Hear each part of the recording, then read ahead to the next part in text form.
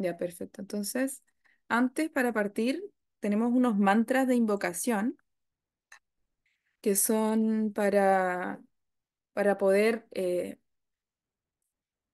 a ver cómo decirlo, sintonizarnos de alguna forma con la plataforma espiritual, que nuestra mente esté en el estado de conciencia necesario, dispuestos para poder absorber el conocimiento. Tenemos muchos mantras, obviamente podemos recitar muchos, pero tenemos estos dos mantras principales que también, bueno, aquí yo los puse, después se los puedo mandar, que son dos mantras de invocación muy buenos antes de empezar la lectura para que realmente el conocimiento podamos absorberlo no solo en la plataforma intelectual, sino también, de hecho, en el plano espiritual, ¿no? Podamos realmente internalizarlo de forma más profunda. Pueden también ustedes repetir en sus casas. El mantra es Om Namo Bhagavate Vasudevaya.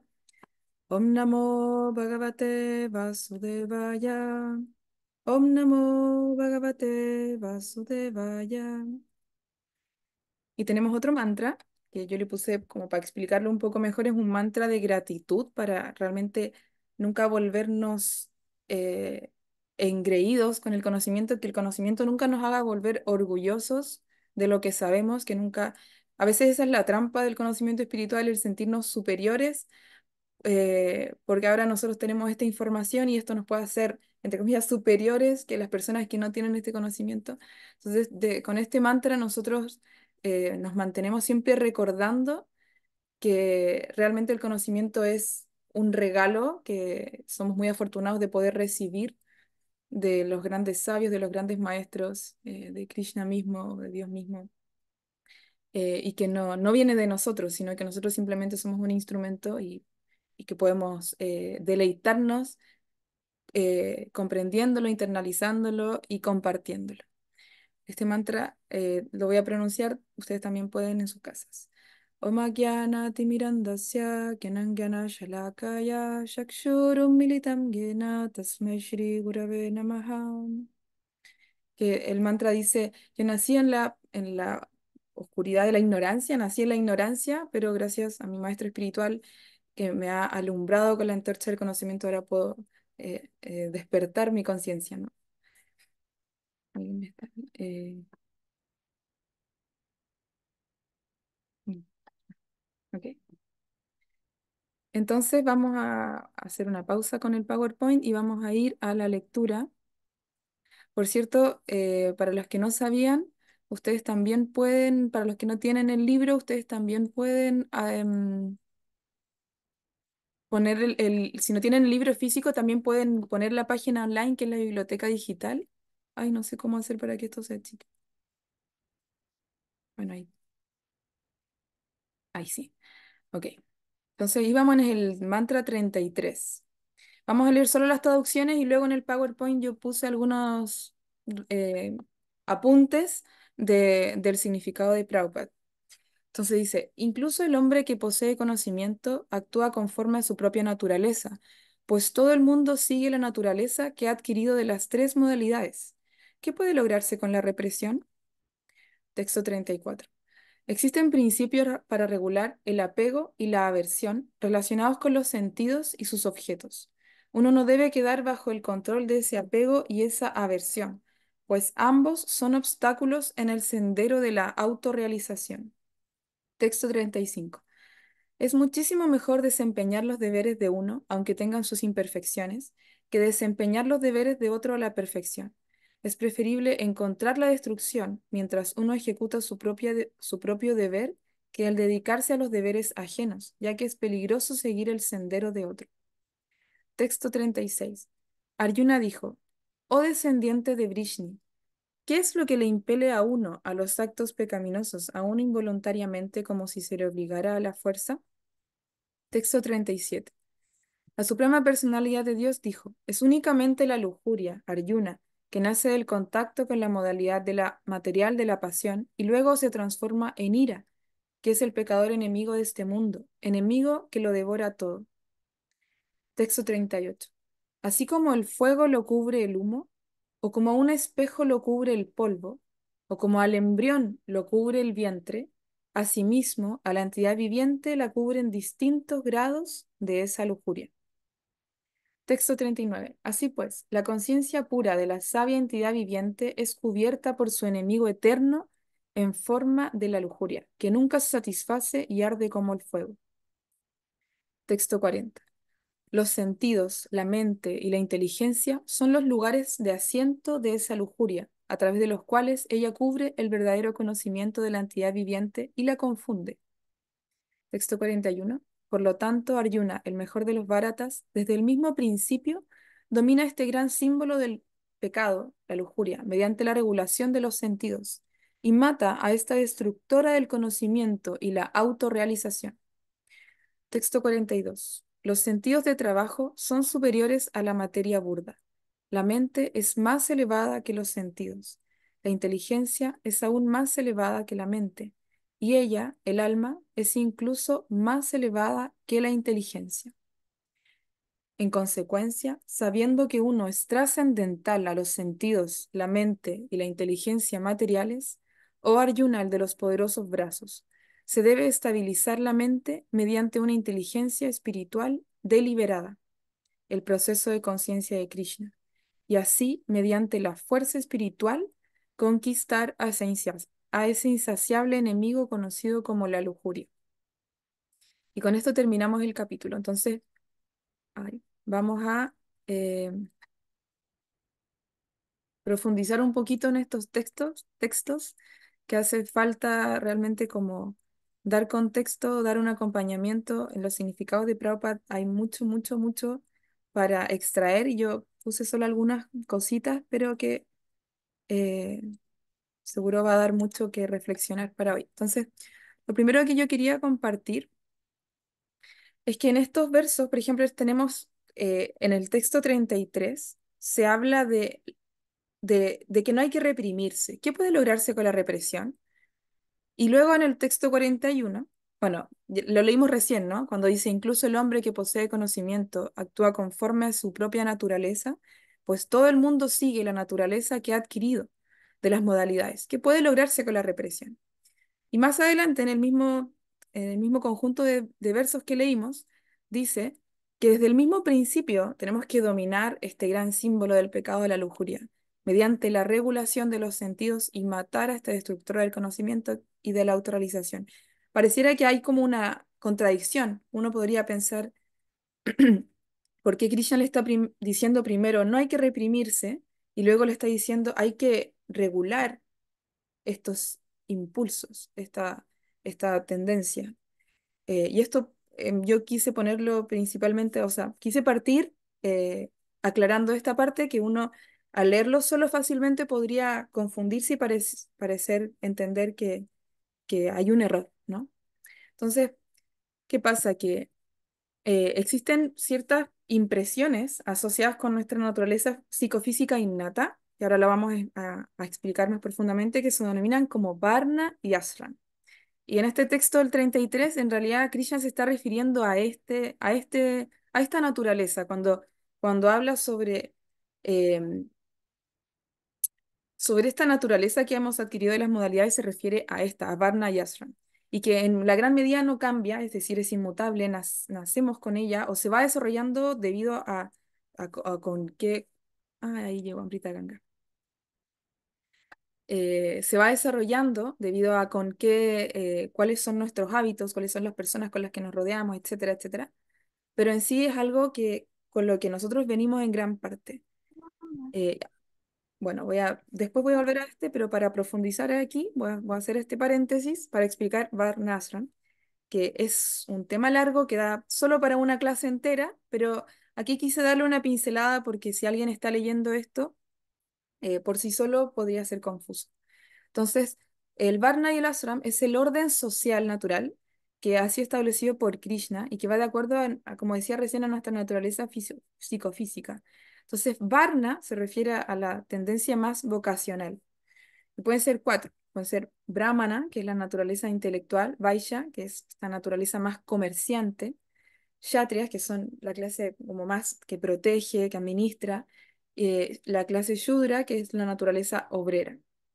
Y luego tenemos los ashram, que son las etapas de la vida. Está la etapa de brahmachari, que es la etapa de estudiante célibe, que es la primera etapa de la vida. Esto considerando en un contexto cultural, espiritual, que es como lo había tiempo atrás, como lo había en la época de la cultura védica, ¿no? Entonces, en ese contexto había una cultura que se configuraba con el propósito del avance espiritual y la protección, tanto material como espiritual, de todos los miembros de la sociedad. Cosa muy distinta al escenario de hoy, por supuesto, pero aún así estas tendencias igual son, son parte de nosotros, son inevitables que sucedan estas distintas eh, diferencias en la sociedad, distintos tipos de personas, podríamos decir, ¿no? Entonces, bueno, está el brahmachari, que es la etapa de un estudiante célibe que se dedica a aprender, prepararse para la vida. eh, Luego está la etapa grihasta, que es la etapa de la vida familiar. Vanaprastha, que es la vida retirada, donde ya no estoy pensando en el desarrollo económico, sino que me empiezo a dar más atención y más tiempo al desarrollo espiritual, preparándonos siempre para eh, poder abandonar este mundo con un estado de conciencia elevado. Y luego Sannyasi, que es la vida renunciante, que ya es la última etapa donde ya por completo me voy despojando de todas las posesiones materiales. Entonces, como decía recién, cada uno de estos aspectos de Varna y Ashram, todo el tema Varna y Ashram da para una clase completa y obviamente no es lo que vamos a centrar ahora, pero quise mencionarlo porque volviendo al tema anterior, para aclarar la diferencia entre represión y regulación, cuando Krishna en el texto 33 nos dice que no hay que reprimirse, se refiere a el Varna y Ashram, que no hay que reprimir nuestra naturaleza. Si nosotros estamos en cierta etapa de la vida, no es saludable saltárnosla.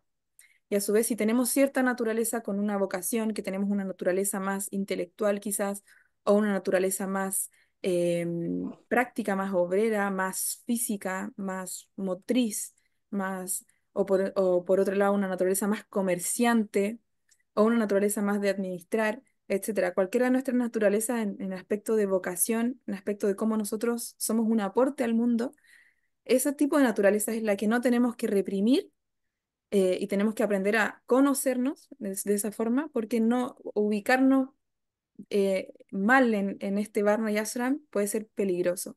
Y de hecho es lo que sucede mucho hoy, que no tenemos mucho conocimiento de esto, y por el contrario, muy por el contrario, sistema de Varna Ashram se ha malentendido muchas veces y se ha degradado. Hay que reconocer también que lo que vemos hoy en día en India, que es el sistema de castas, es un mal entendimiento de lo que es realmente Varna y Ashram. Es realmente una degradación del sistema Varna y Ashram. ¿Por qué?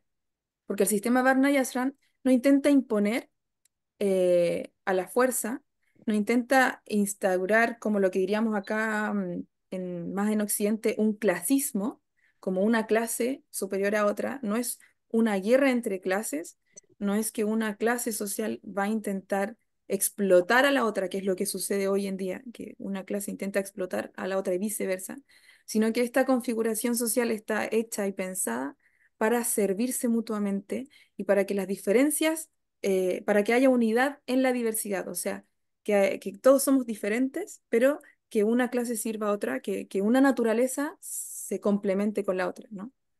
Y lo otro que también hay actualmente degradado con el sistema de castas es que se da por nacimiento, o sea, si tú naciste en una familia brahmínica, automáticamente es brahmínico, y eso aquí lo corrige Srila Prabhupada en los significados del Bhagavad Gita, que realmente el Varna y Ashram es por cualidad, por cuáles son nuestras cualidades, nuestras virtudes, por ejemplo, cuáles son eh, nuestro comportamiento, por ejemplo. Eso va a definir, y no el nacimiento, no haber nacido en una familia u otra. Son algunas cosas que han degradado actualmente el sistema Varna y Ashram original. Entonces, bueno, en este texto 33 es a eso lo que se refiere Krishna cuando dice que no hay que reprimirse. ¿Por qué? Y bueno, esta segunda parte voy a retomarla ahora. ¿Por qué? Porque en el contexto del Bhagavad Gita, eh, Arjuna prefería la opción brahmínica. Arjuna estaba en medio de una batalla para las que no están, para las que están por primera vez, que no se sumaron a las clases anteriores donde explicábamos un poquito el contexto del Bhagavad Gita, rápidamente para explicar que Arjuna estaba en una situación de guerra, ¿verdad? En una situación donde él tenía que elegir pelear y él estaba decidiendo renunciar a su deber de pelear. Y decimos deber de pelear porque él era perteneciente a la Varna de los Kshatriyas. Em, Sin embargo, debido a que él también tenía un corazón muy noble, él se sintió movido por la compasión, por la lamentación, de no querer matar a nadie, de querer evitar por todos los medios la guerra y la violencia, que es algo obviamente muy noble, muy admirable. Pero el problema es que, ya ver, aquí me voy a ir por otro lado, pero el problema es que la violencia a veces es necesaria para cuando hay situaciones abusivas, no actuar es más violento que actuar. Y ese era el caso de la batalla de Kurukshetra. Habían sucedido abusos reiterados y realmente ya las palabras ya no habían funcionado. Se había intentado evitar la guerra por todos los medios, ¿sí? El Bhagavad Gita no está incentivando la guerra, esto ya lo habíamos dicho también en las clases pasadas, no está incentivando la guerra. La perspectiva realmente del Bhagavad Gita, y justamente esta clase vamos a profundizar sobre ello, es sobre los verdaderos enemigos internos, ¿sí? Pero volviendo al contexto de esta parte de versos, el contexto realmente es muy importante para comprender el contenido, y eso es algo que hay que enfatizar mucho para cualquier persona que esté leyendo el Bhagavad Gita por primera vez. Si alguien saca de contexto algunas cosas, es súper peligroso y se pueden malentender ciertos temas delicados, como por ejemplo estos temas que estamos hablando ahora, como la violencia, la represión, todos estos temas, ¿no? La regulación correcta de los sentidos, que también puede malentenderse muchas veces y que también puede causar estragos si no se entiende o se explica correctamente. Entonces, Arjuna prefería la opción brahmínica. ¿Por qué? Porque él se estaba retirando de la guerra. Estaba renunciando a pelear. Pero, ¿por qué eso fue condenado o fue como reprochado o fue como catalogado como incorrecto? Porque la guerra estaba siendo urgente para poder defender a quienes estaban siendo abusados, de personas que no estaban aceptando buenos argumentos, no estaban ya sirviendo a las palabras. Entonces, en ese momento la paz y el perdón no eran la alternativa, digamos. O sea, el perdón interno, pero sí la acción externa, ¿sí? ¿Se entiende? Ok, entonces en nuestra naturaleza kshatriya, la naturaleza kshatriya es proteger y hacer justicia. Entonces, para Arjuna, su posición natural era esa, era proteger, y era que hubiera justicia, ¿no?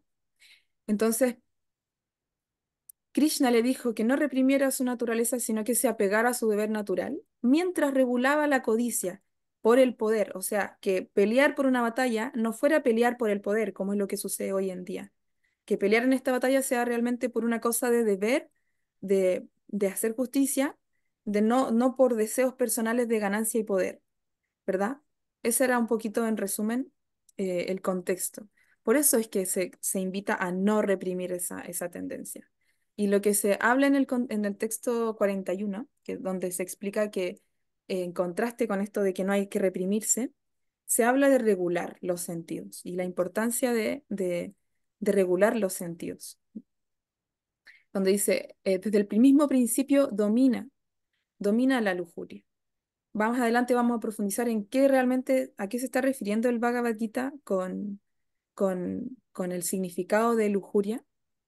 Pero básicamente hay ciertas impresiones nocivas que se asocian con impurezas del corazón, como se dice, que pueden entenderse como lujuria, ira, avaricia, entre otros.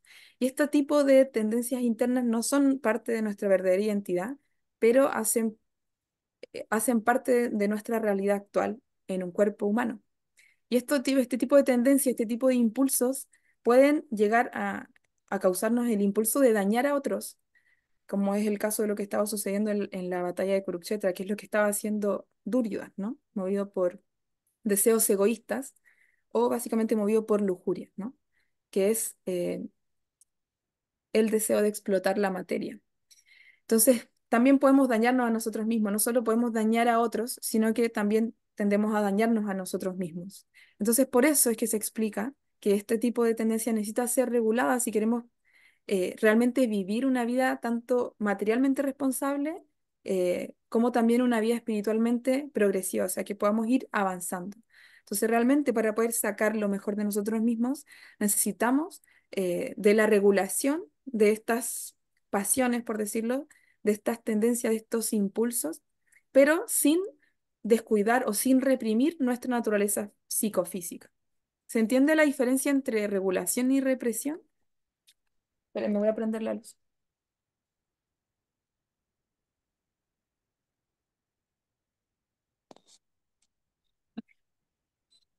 Bueno, sí, si ustedes también pudieran ir dándome feedback al medio, entre medio de que yo les voy preguntando, para ver si es que me enredé mucho o si quedó claro. ¿Sí? ¿Continuamos? Bueno, también me quería, no sé si están escribiendo y yo no veo. Ok, bueno, si alguien por ahí me quiere responder, está todo bien. También me quería detener un poquito en este texto que leímos recién, que es el texto 38. Ay, hay alguien me respondió. Ah, ya. Hola Humberto, ¿cómo estás? Sí, Hare sí. Krishna. Hola, hola, Ujú. Arigón. Ejemplos prácticos entre regulación y represión. Entre la diferencia. Sí, justamente recién estábamos hablando de que la represión que no se recomienda en el Bhagavad Gita se refiere a nuestro Varna y nuestro Ashram, que son la naturaleza psicofísica, ¿verdad? Que es el orden social, que es decir, por ejemplo, si nosotros tenemos la necesidad o la tendencia a estar solteros o estar casados, o a tener pareja, eso no se recomienda reprimirse, pero sí situarse en el orden correspondiente. O sea, estar claro, ok, esta es mi realidad, esta es mi posición y no reprimir eso. Por ejemplo, ese sería un ejemplo de no reprimirse. El reconocer cuál es mi naturaleza en esta etapa de mi vida, por ejemplo, eh, y en base a eso situarme en un ashram o otro. ¿Verdad? O por ejemplo, en cuanto a la vocación, cuando hablamos de que alguien tiene una tendencia más, por ejemplo, más intelectual, tampoco no hay necesidad de reprimir eso, se puede ocupar perfectamente bien y puede ser beneficioso también, puede ser un gran aporte a la sociedad. O si alguien tiene una naturaleza más comerciante, también no hay nada de malo con ello. O sea, a eso se refiere con reprimir cuáles son, por ejemplo, nuestra vocación en este mundo, en este cuerpo, de acuerdo a nuestro, como se dice, a nuestro karma, ¿verdad? Em, y la regulación tiene que ver más con la necesidad de... Ah, y aquí vamos a profundizar justamente en esto, que es este conjunto de versos habla mucho sobre la lujuria, que es una palabra que a veces nos causa cierto rechazo porque tiene quizás una connotación un poco anticuada, un poco mismo con esta palabra pecado, como que a veces nos suena como a algo en lo que vamos a estar autoflagelando o reprimiendo, ¿no? Entonces necesitamos entenderla realmente con profundidad. Em, bueno, vamos a partir hablando de los distintos... Ah, bueno, yo había puesto la definición de lujuria en unas diapositivas más adelante, pero la voy a un poco explicar acá porque es necesario para esta parte del verso, de la explicación. Entonces, lujuria, según el Bhagavad Gita, podríamos resumirlo básicamente de forma rápida como el deseo de explotar la materia. Muchas veces asociamos la palabra lujuria solamente con el aspecto sexual. En nuestro lenguaje, al menos aquí en Chile, tiene esa connotación. Si alguien dice lujuria, automáticamente uno entiende que se refiere a algo más netamente sexual. Y si bien es cierto, en el Bhagavad Gita se menciona que el deseo sexual es como uno de los principales condicionamientos del alma, ¿verdad? En este mundo, del alma condicionada, valga la redundancia, eh, la lujuria no se refiere solamente a eso, sino que es algo más amplio, más general, eh, que lo abarca muchas más cosas. por ejemplo, lo que sucede hoy en día en el mundo de los grandes estragos que estamos causando en la naturaleza debido a la sobreexplotación de los recursos naturales por una necesidad codiciosa de crearnos necesidades artificiales. Por ejemplo, es un claro caso, una clara evidencia de la lujuria que hay hoy en día, que no hay un conocimiento para regular esto y que realmente causa estragos, causa daños, como decíamos recién. No solo daña externamente, sino que también es una autodestrucción. Este es un ejemplo muy, muy claro de un caso de lujuria que no es necesariamente el deseo sexual, sino que es, por ejemplo, la sobreexplotación de la naturaleza, de los recursos naturales, todo lo opuesto a lo que decía Srila Prabhupada, que es vida simple, pensamiento elevado. En nuestra sociedad actual, lo que se vende o lo que se promueve es más bien vida complicada, vida acelerada, vida complicada, pensamiento básico, pensamiento pobre, ¿verdad? Todo lo contrario, Prabhupada promueve vida simple, pensamiento elevado. Tratemos de disminuir las necesidades básicas para poder aprovechar todo ese tiempo que destinamos al cuidado del cuerpo, que el cuerpo de por sí nos demanda mucho tiempo, ¿no? No hay que descuidar el cuerpo, por supuesto, pero si nosotros podemos minimizar eso lo más que podamos, cada uno, de acuerdo a su realidad, cada cual, para destinar más tiempo a cultivar un pensamiento elevado, entonces ahí viene el progreso espiritual. ¿Se entiende? Ahí hay como dos ejemplos bueno, ay, ahí me Sí, está. perfecto, gracias. ¿De dónde votó 300? Sí. Bueno, sí, después podemos ir viendo como temas más, como casos más puntuales, ¿no? Podemos seguir profundizando ahorita. Entonces, en el texto 38 habla de cómo habla esta analogía, ¿no? Como distintos grados de cobertura. Ya decíamos que esta lujuria cubre el alma espiritual. Más adelante vamos a ver realmente también sobre eso. Y hay distintos grados de esta lujuria. Entonces, en el significado de este texto, no lo leímos ahora para no extendernos, para poder alcanzar bien en el tiempo, pero si ustedes ven en el significado de este mismo mantra del texto 38, vamos a ver cómo Prabhupada hace una comparación de esta descripción con distintas formas de vida. Entonces, habla que, como dice el significado, o sea, como dice el texto, como al fuego lo cubre el humo, ese es un tipo, y que Prabhupada en el significado dice que corresponde a la forma de vida humana. Como un espejo lo cubre el polvo, que es un poquito más cubierto, son las aves y las bestias. Ah, mira, yo aquí se puse súper mal las imágenes, perdón. Ya volví. De nuevo lo mismo con la señal, disculpen. Qué frustración. Ya, voy a ver si es que está grabando esto. Estoy grabando, ¿cierto? Sí, grabando. Les pido disculpas. Yo vivo en un lugar retirado y no...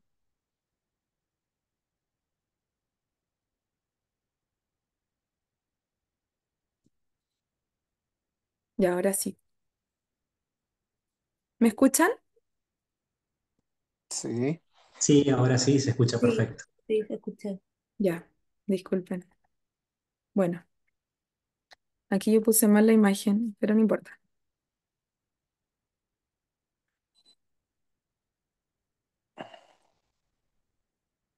Ok, entonces hablábamos de que eh, estos distintos grados de lujuria se asemejan a distintas formas de vida. Entonces, es interesante esto. Uno podría pensar cómo es que la forma de vida humana es superior en un sentido a la de las aves, las bestias o los animales y los árboles. Muchas veces realmente los animales, los árboles o sea, tenemos mucho que aprender de ellos en muchos aspectos. Entonces uno podría decir, ¿cómo es que la vida humana se considera superior? Uno podría contraargumentar esto con muchos, o sea, uno podría tener muchas bases para contraargumentar esto, ¿no?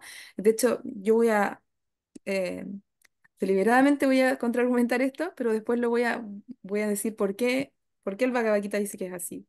Uno podría pensar, en el reino animal encontramos muchas especies con habilidades materiales muy superiores a las nuestras. Por ejemplo, están los halcones, las águilas, que tienen muchísima mejor vista. Tenemos, no sé, los oídos de los delfines, ¿verdad? Tienen una audición que pueden percibir ondas ultrasónicas. Otros animales también como los murciélagos, ¿verdad? Las hormigas que pueden cargar 10 o 50 veces su peso, ¿verdad? El olfato de los perros que puede detectar sustancias diminutas o los elefantes que pueden comer hasta 100 kilos de alimento al día. O sea, realmente, si nosotros nos ponemos a pensar, todas las tecnologías que nosotros tenemos son una imitación de los animales, que es lo que realmente nosotros podríamos pensar que somos superiores. Entonces, la gran ventaja del cuerpo humano, desde la perspectiva del Bhagavad Gita, es en realidad la oportunidad de desarrollar nuestra conciencia. Por eso que se explica que si nosotros los seres humanos no usamos realmente nuestras capacidades para desarrollar, cultivar el desarrollo espiritual, sino que en vez de eso solo y exclusivamente nos dedicamos a progresar en las actividades que tenemos en común con los animales, que se explica que son comer, dormir, aparearnos y defendernos, pero la diferencia es que quizás ellos lo hacen en el suelo, en, en la calle, y nosotros lo hacemos quizás en una mesa, en una cama, de forma más sofisticada, pero básicamente es lo mismo. Entonces, de esa forma, si solo nosotros hacemos las mismas actividades que hacen ellos, no vamos a ser, o sea, no somos mejor que animales, por muy fuerte que suene, ¿no? Realmente, incluso eso nos va a llevar a degradarnos y tendremos que inevitablemente aceptar luego formas de vida inferiores, de acuerdo a la explicación del Bhagavad Gita sobre la reencarnación, ¿no? Tendremos que irnos eh, cayendo, digamos, en niveles de conciencia y aceptando formas de vida inferior. Entonces, también podemos entender que no solo los animales son superiores a nosotros en capacidades físicas, sino que incluso a veces nosotros podemos ver, no sé, a veces un perro es más fiel que algunas personas, ¿no? Em, Puede sonar fuerte, pero a veces los animales tienen, podríamos decir, ¿por qué es que el ser humano, al principio me costó mucho entenderlo, ¿por qué realmente el ser humano es superior?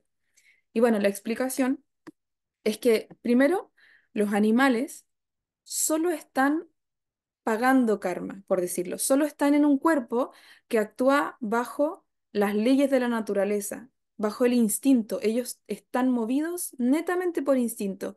Un león nunca va a ponerse a reflexionar, ¿será que voy a tener compasión por este animal? ¿No? ¿Será que, o sea, si nosotros vemos cualidades virtuosas, nobles en ciertos animales, que pasa, que suceden, no viene de realmente un progreso espiritual, sino del instinto, de que ellos están solamente en un cuerpo que está pagando karma, por decirlo, ¿no? Está en ese cuerpo, ellos no se van a degradar por ejemplo, comerse a otros seres o por matar a otros seres. No van a tener que pagar un karma por ello. ¿Por qué? Porque se les puso en ese cuerpo justamente para poder satisfacer esa clase de deseos. Es como se podría decir que cada cuerpo es una máquina de satisfacer deseos específicos. Y los cuerpos animales están hechos para satisfacer innumerables cantidades de deseos y están hechas para eso. Es como que el escenario es dado para eso. Entonces, no, de acuerdo a su contexto, no está mal que lo hagan. Pero, ¿por qué es inferior? Porque ellos no tienen la oportunidad de salirse de ese condicionamiento, a diferencia de nosotros los seres humanos. Por ejemplo, nunca vamos a ver en este grupo, en este club de lectura, a un eh, perrito, a ninguno de estos animales, ¿no? Ni a una hormiga, ni a un perrito, ni a un delfín, ni a un elefante. Por más que ellos puedan ser ilimitadamente más fuertes, más capaces, más hábiles en muchas cosas, realmente lo que nos hace superiores a ellos es la capacidad de cuestionarnos nuestros condicionamientos y por ende tener la oportunidad de trascenderlos. ¿Se entiende? Entonces, de ahí es que, volviendo a este ejemplo, no que aquí tenía que ir un árbol, pero me equivoqué en la imagen. Eh, no, está bien. Está bien, porque aquí puse imágenes que correspondían al nivel de cobertura, solo que como aquí parece un humano, no me hagan caso, disculpen. Entonces, la forma de vida humana, el nivel de cobertura es inferior, o sea, perdón, es menos cobertura. El ser humano está menos cubierto, tal como el fuego es cubierto por el humo. Cuando el fuego es cubierto por el humo, nosotros podemos ver el fuego, podemos ver que hay luz, podemos ver no solo el fuego, sino que vemos el síntoma del fuego. Tal como en los seres humanos, podemos ver, es mucho más notorio ver que está este símbolo de la conciencia por la capacidad de cuestionarnos, por la búsqueda incesante que tenemos por la verdad, la búsqueda incesante que tenemos por superarnos.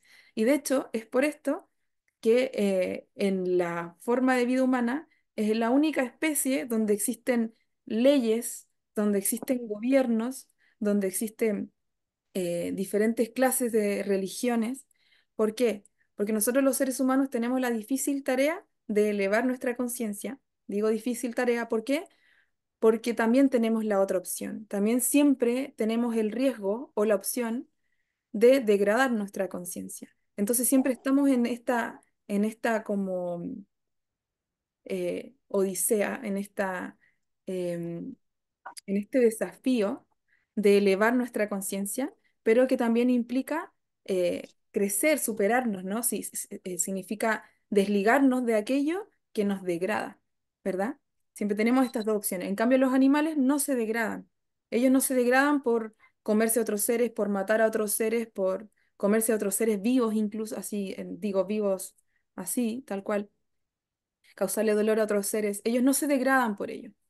¿Se entiende? En cambio, los seres humanos sí, nosotros los seres humanos sí nos degradamos por hacer ese tipo de actividades, porque por el hecho de tener un estado de conciencia mayor, también eso implica una responsabilidad. La responsabilidad de actuar con mayor compasión, con mayor ética, ¿verdad? Eso no existe en la clase animal. Entonces, eso es lo que nos hace superiores. ¿Sí se entendió hasta ahí? Entonces, bueno, Sí. Sí, vamos a... ¿Aló? perfecto. ¿Aribol? Sí. Uy, se hicieron ¿Se una ruido. escucha? Sí, ¿Se Humberto, escucha? sí. Mira, quería hacer una intervención. Ujú. En realidad son tres cosas, Ya, pero de esta última que estaba hablando, ojalá la otra las pueda hacer después, o al final, no sé. ya, Eh, bueno, escuché claramente lo que expusiste acerca de la naturaleza de los animales versus la naturaleza de los seres humanos. sí. Y la definición que tú diste o que tú estudiaste es como bien científica, del punto de vista más biológico, creo yo, Ujú, pero porque hay ejemplos de animales que no son salvajes, por ejemplo, que no viven en la selva, ujú, sino que viven cerca de los seres humanos, que son ujú. los animales domésticos, que todo Sí. el mundo tiene, mascotas, perros, gatos, etcétera. Ujú, Y hay ciertos animales que tienen conductas más allá que los instintos. Yo creo que más allá que los instintos. ujú, Hay animales que piensan, que sienten, ujú, que ejecutan acciones, viendo a los seres humanos, copian, etcétera. ujú, Entonces, creo que también yo pienso, pero no especular, que también es la naturaleza animal dentro de su propia especie, algunas especies también pueden ir evolucionando. No solamente que estén pagando un karma por haber nacido animales. ujú, Y bueno, el hecho que se alimenten de otros animales, eso es su naturaleza, pero ujú, cuando hay un cierto raciocinio, una cierta inteligencia, sentimientos y emociones, ya no se puede hablar solamente de instinto.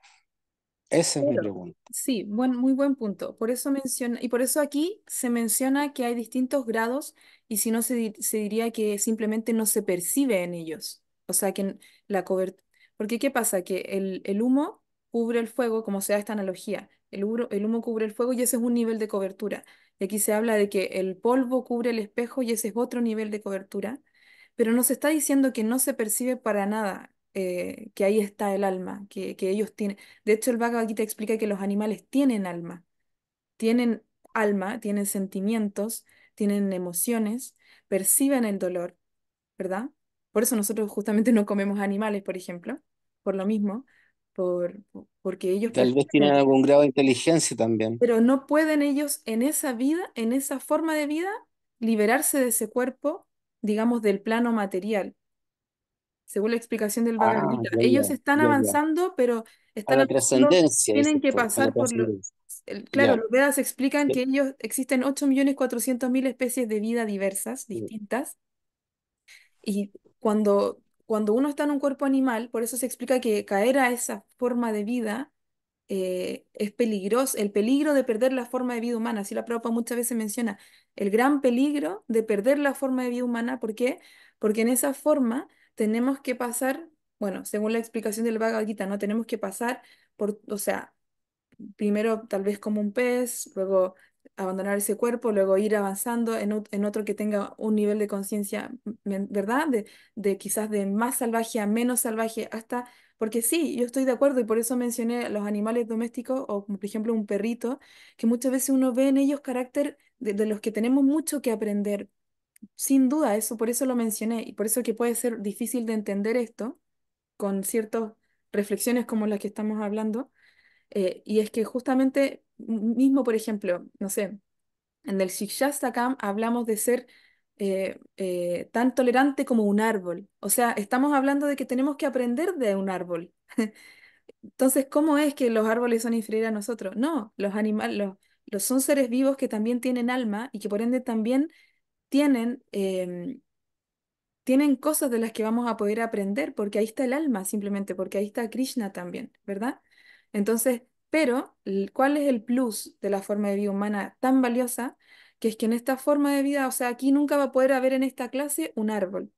Y no solo en esta clase, porque es algo sectario, sino en general, un animal o en la forma de vida animal o vegetal, no existe la oportunidad de cuestionarse, de inquirir, porque al cuestionarse sobre nuestros condicionamientos, es la única manera de trascenderlos. ¿Se entiende? O sea, yo puedo reflexionar y decir, a lo mejor tengo el mismo deseo, no sé, voy a poner un ejemplo, que un animal de quizás de disfrutar de otro ser, por ejemplo, o de matar a otro ser, qué sé yo, lo que sea. Pero el animal no tiene nunca la oportunidad de decir, ¿y por qué yo tengo ira? ¿Y por qué yo tengo este deseo de defenderme y atacar a esta otra persona? El animal nunca tiene esa oportunidad, no tiene la facultad de hacer eso. En cambio, la forma humana de vida, nosotros podemos quizás tener los mismos instintos bajos, instintos, estos impulsos degradantes, quizás también animales, por supuesto. Y por eso ocurren bestialidades también y muchísimas más, ¿no? Que a veces que en los animales. Eh, o por ahí, ¿no? Porque en los animales también sucede esto del incesto, ¿verdad? De comerse a tu cría, cosas totalmente como brutales, ¿no? En la forma humana también a veces pasan esas cosas. Justamente por eso mencionaba que en la forma humana tenemos la oportunidad de o degradarnos o elevarnos. Siempre tenemos estas dos opciones, como la Matrix, así siempre están estas dos píldoras. Y tenemos todos los días que hacer esta elección nuevamente, de elegir el camino de buscar elevarnos, pero que eso también implica la difícil misión de superar nuestros impulsos bajos. A veces no lo logramos, a veces no siempre lo vamos a lograr, pero siempre tenemos la oportunidad de reivindicarnos y reflexionar y decir, a ver, ¿y por qué hice esto? Es que yo tengo este rollo, tengo esta necesidad, o me pasó esto, por eso me equivoqué, o por qué yo tengo este deseo de atacar, como decía recién, tengo este deseo de atacar a esta otra persona. Ah, pero me pasa por esto, quizás puedo expresarlo de esta otra forma, no mordiendo, atacando, arañando como lo haría un animal, sino que quizás puedo canalizarlo de esta otra forma, quizás diciéndoselo, o no sé, qué sé yo, no sé si me voy a entender, pero el animal no tiene esa oportunidad, los seres humanos sí. Por eso que es la única especie donde existen gobiernos, religiones, leyes, porque necesitamos regular y sistematizar, digamos, que el control de nuestros impulsos. Es algo inherente a la forma de vida humana. Si no estuviera esta necesidad de controlar nuestros impulsos, no habría necesidad de que existieran leyes. Muchas veces decimos, no, es que no hay que imponer nada a otro, no hay que imponer nada a otro, pero los sistemas de leyes son una imposición de valores, o sea, se está imponiendo un valor a otras personas, ¿verdad? Lamentablemente no es ley no comerse a los animales, por ejemplo. Desafortunadamente para los animales no es ley, pero uno podría decir, bueno, ahí me estoy yendo por otro tema, pero no sé si se entendió.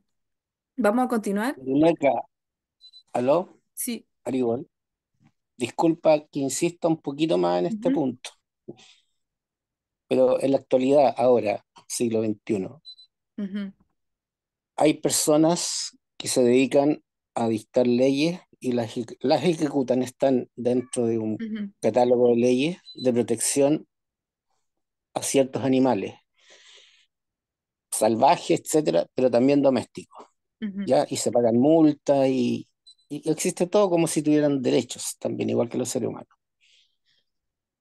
¿Por qué? Un ejemplo. Hay personas que instruyen animales, por ejemplo, las policías, como ahí están animales, perros, para perseguir delincuentes, y aunque el perro sea un perro que no tiene raciocinio, que según esta definición no es capaz de cuestionarse nada, ujú, pero sí es capaz de aprender del instructor que lo prepara para ciertas funciones, que ujú, son humanas a veces, ¿ya? Y a ujú, través de bastante tiempo de preparación, el animal aprende a comportarse y a dejar hábitos que son más salvajes. ¿Es correcto eso, no? Yo lo he visto, lo veo en muchos lugares. Entonces, no es que esté diciendo que un perro policial, por ejemplo, sea una especie superior similar al ser humano. No, pero también existe, si el animal aprende por mucha enseñanza, por mucha instrucción, con mucho cariño, hay una serie de cosas que se le aplican y el animal aprende a comportarse y aprende muchas otras cosas más, incluso intelectuales, dentro de su mente animal. Eh, ¿Por qué no va a poder, dentro de su naturaleza, también preguntarse o cuestionarse por qué me están enseñando esto? ¿O para qué me están enseñando esto? Porque el animal doméstico al final se domestica y es domesticado. Y nosotros como seres humanos también necesitamos ser domesticados, porque cuando actuamos animalmente, que también ocurre en la generalidad de las cosas en todo el mundo, los seres humanos también actuamos salvajemente. ¿Y qué es lo que nos puede domesticar?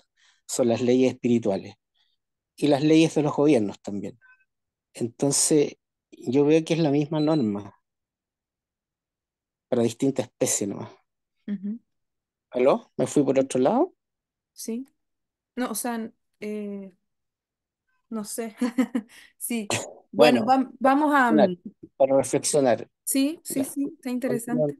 Vamos a continuar continúa. con los temas porque todavía faltan hartas cosas por ver para abarcar un poquito la explicación de este final del capítulo 3. Alguien me está escribiendo al chat. Natalia, voy a leerlo en voz alta, ¿sí? Interesante tema. Si es como que todos tenemos la oportunidad de evolucionar o defraudarnos según nuestra especie, y cada especie con sus propias características porque la vida tiene inteligencia y está en todo, según su propio nivel. Degradarnos, claro, según su propio nivel.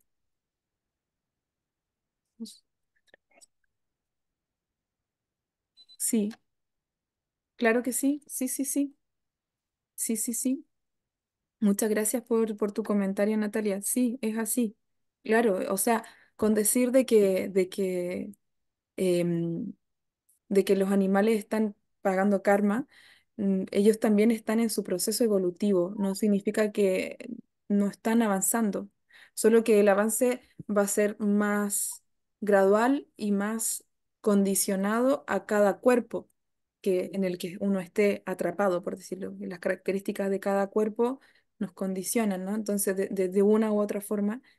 Entonces, claro, es así como tú dices, por ejemplo, como lo que tú mencionabas, Humberto, los de los perros policiales o qué sé yo, un perro guía, qué sé yo, prestan un servicio, ¿no? Entonces, todos los seres vivientes, y ahí es donde uno ve que en última instancia está el alma. ¿Por qué? Porque la naturaleza del alma es servir en cualquier forma. O sea, ¿qué más servicio que un árbol? Tremendo servicio que hacen los árboles. O sea, ahí uno ve que la naturaleza del alma espiritual sigue siendo vigente. ¿Por qué? Porque está sirviendo, aún en una forma en la cual es como menos activa, un poquito como más eh, limitada en el sentido de los movimientos que uno puede tener, ¿no? O de tantas otras cosas, ¿no? Del desarrollo de la conciencia también. Desde los Vedas se explica que, por ejemplo, el reino vegetal está más cubierto, ¿no? Como lo dice aquí también el Bhagavad Gita. Entonces, pero aún así está el alma y nunca va a dejar de estar el alma presente, y eso se ve reflejado en que todos los seres están prestando de alguna u otra forma un servicio, y por ende también están avanzando de alguna u otra forma, ¿no? De alguna u otra forma. Entonces, bueno, vamos a continuar con más eso con respecto a los grados de lujuria.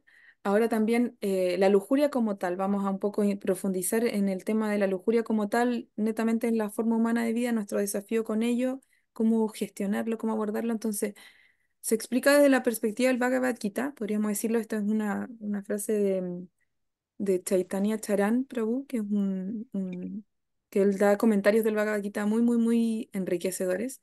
Entonces él explica en base a, como un comentario a este conjunto de versos sobre la lujuria, él hace la reflexión que realmente la batalla más grande no está en nuestro alrededor, sino que está dentro de nosotros. Esto no significa que afuera no existan desafíos y que no existan enemigos reales o circunstanciales afuera, ¿verdad? No significa que no hayan dificultades afuera. Pero realmente, en la perspectiva del practicante espiritual, es entender la raíz de todos los conflictos. Todos los conflictos que vemos afuera en el mundo tienen un origen. Existe como el iceberg. Nosotros vemos solo la punta del iceberg, pero realmente debajo está todo el iceberg, que es la realidad más compleja que no se ve tan evidentemente. Entonces, de igual forma, los conflictos materiales que nosotros vemos tienen su origen, o son la punta del iceberg realmente, son el síntoma de un conflicto mucho más profundo que tiene que ver con batallas internas, con nuestros conflictos internos, ¿no? Entonces, bueno, realmente cultivamos, como practicantes espirituales, buscamos cultivar esta victoria interior ante esta batalla, una de las formas internalizando este conocimiento, y a través también de las prácticas espirituales, que nos dan como herramientas para poder eh, lidiar con estas perturbaciones internas. Entonces, podríamos decir que no sé por qué está esta raya, ¿ustedes también la ven? No sé de dónde sale. Bueno, podríamos decir que una Un color rojo. definición del Bhagavad Gita sobre lujuria, como decíamos hace un rato, no lo entendemos como algo netamente sexual, sino como este deseo de explotar la materia para el propio disfrute personal. Y aquí yo puse esta cita del Bhagavad Gita, es Srila Prabhupada aquí hablando, justamente en el texto 37 donde donde se menciona la lujuria. Entonces Prabhupada dice: por el mal uso de su independencia, cuando la actitud de servicio se transforma en la propensión al disfrute de los sentidos, las almas condicionadas quedan bajo el dominio de la lujuria. Cuando ellas se encuentran demasiado desconcertadas debido a las prolongadas actividades lujuriosas, comienzan a hacerse preguntas acerca de su verdadera posición. Es muy interesante porque la misma lujuria nos trae frustración. Como veíamos en el capítulo 2, hay una secuencia como de pasos que suceden cuando nosotros nos dejamos llevar por estos impulsos degradantes, que nos llevan a la ira, ¿verdad? Cuando nosotros tenemos estos, de la lujuria, de estos deseos de explotar la materia, de disfrutar de la materia, viene la frustración cuando vemos que realmente eso no nos satisface, ¿verdad? De esa frustración viene la ira, así, es toda una seguidilla de eventos desafortunados, por decirlo. Y realmente cuando viene esa frustración, esa misma frustración, podría decirse que es una especie de medicina, es como una maldición, bendición, como se dice a veces, porque nadie quiere obviamente sentirse mal, no es que busquemos sentirnos mal, pero en un sentido frustrarnos del mundo es una especie de bendición porque es realmente darnos cuenta, caer, que nos caiga la ficha, como se dice, que nos demos cuenta que allá afuera no está realmente lo que realmente nos da satisfacción no está afuera, no está afuera, aunque suene cliché, pero realmente eso nos lleva a una búsqueda interior más profunda. Cuando ya estamos súper frustrados del mundo, muchísimas veces eso nos lleva a la búsqueda interna, a buscar satisfacción interna, ya que como explicábamos en clases anteriores, ya que el alma es por naturaleza buscadora de placer. Ananda Brahmitekon, Bhagavan Jiva, ¿verdad? Siempre, o sea, perdón, Ramando bueno, se me olvidó el verso, ¿verdad? El alma es buscadora de placer, ¿verdad? Entonces, como siempre estamos buscando felicidad, siempre estamos buscando disfrute, cuando realmente nos frustramos del disfrute afuera, lo buscamos hacia adentro, buscamos hacia adentro. Eh, entonces se explica que el amor y la lujuria son, podríamos decirnos, como este lago, ¿no? Como este lago que está en el mundo espiritual o en el plano espiritual, no solo en el mundo espiritual, sino en el plano de conciencia espiritual, el amor es una cosa y la lujuria vendría siendo como ese reflejo pervertido o degradado del amor. Em, Ananda Mayo Vyasat, ese era el verso. Disculpen, se me cruzaron los cables. Ananda Mayo Vyasat es que explica que somos buscadores de felicidad innatos. Em, entonces aquí está Srila Prabhupada diciendo en el significado del texto 41 del capítulo 3. Dice, la lujuria es únicamente el reflejo pervertido del amor por Dios. Y también aquí Srila Prabhupada dice, cuando la entidad viviente se pone en contacto con la creación material, su eterno amor por Krishna se transforma en lujuria, en asociación con la modalidad de la pasión. Ahora no vamos a ver sobre las modalidades, por eso lo vamos a ver más adelante porque si no sería demasiada información. Pero básicamente como dice acá, cuando el alma, al entrar en contacto, cuando entramos al mundo material, por entrar en contacto con la modalidad de la pasión, adquirimos el ego falso, ¿no? Y de este ego falso surgen todas las coberturas, dentro de las cuales la principal es la lujuria. Entonces, realmente está la lujuria, que es nuestra necesidad, como decíamos recién, el alma tiene por naturaleza la necesidad y la propensión y la tendencia a buscar disfrute, a buscar felicidad.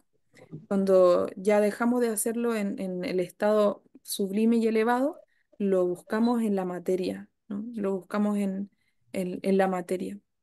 Y eso nos va degradando, nos va cubriendo, va aumentando esa cobertura, porque nos va realmente alejando de nuestra real propensión. Podríamos decirlo que eh, en el plano espiritual no necesitamos recibir nada. Por eso que se explica que es amor, el amor es el servicio devocional es desinteresado.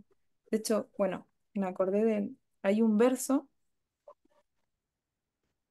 del Bhagavatam que dice, Akama sarva kama va, moksha kama udarati, tibrena bhakti yogena, yayeta purusham param. Que dice que ya sea que uno tenga todos los deseos, que es la condición de los devotos o de los devotos puros, o que uno desee toda clase de resultados fruitivos, o sea, que uno tenga todos los deseos, o que tenga uno deseos de liberación, en cualquiera de estos casos uno debe tratar con todos sus esfuerzos de adorar a la Suprema Personalidad de Dios para lograr la perfección completa que culmina en el estado de conciencia de Krishna. Y luego dice,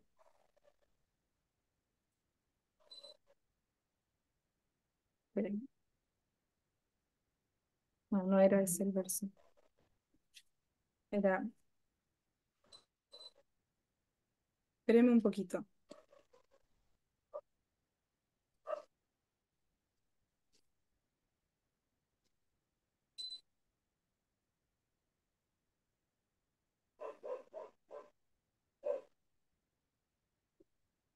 Ya, este sí era, disculpen. Aunque eso también tiene relación. Dice, Savaipum Samparo Dharma, Yato Bhakti Radokshaye, Ahai Tukia Pratihata, Yayatma Suprasidati. Este sí era el verso. Que dice, la suprema ocupación Dharma para toda la humanidad es aquella mediante la cual los hombres pueden llegar a prestarle amoroso servicio devocional al trascendente Señor. Para que dicho servicio devocional satisfaga al yo por completo, debe estar libre de motivaciones y ser ininterrumpido. ¿Por qué menciono este verso? Porque aquí explica, ¿no? Que realmente la actividad más elevada es el servicio devocional, que justamente es prestar amoroso servicio, y aquí está este plano, ¿no? El prestar un servicio amoroso a la Suprema Personalidad de Dios y a todas las personas, pero regando la fuente, o sea, dirigiéndolo hacia la fuente de todo, por añadidura también hacia todas las entidades vivientes. Entonces, dice, para que dicho servicio devocional satisfaga al yo por completo, que es el estado de Atma Suprasidati, como dice acá, ese estado de Atma Suprasidati, que es el estado de donde el alma se encuentra satisfecha, es solamente cuando nosotros, como dice acá, Ahai Tuki Apratihata, cuando logramos prestar un servicio amoroso a Dios y a todas las entidades vivientes, sin motivaciones personales y de forma ininterrumpida, o sea, de forma constante, eso satisface al yo, al alma, por completo. Nada más. O sea, si nosotros nos ponemos a pensar todos los esfuerzos que hay en este mundo, todos los tantos esfuerzos que hay en este mundo, no logran dar en última instancia plena satisfacción al alma.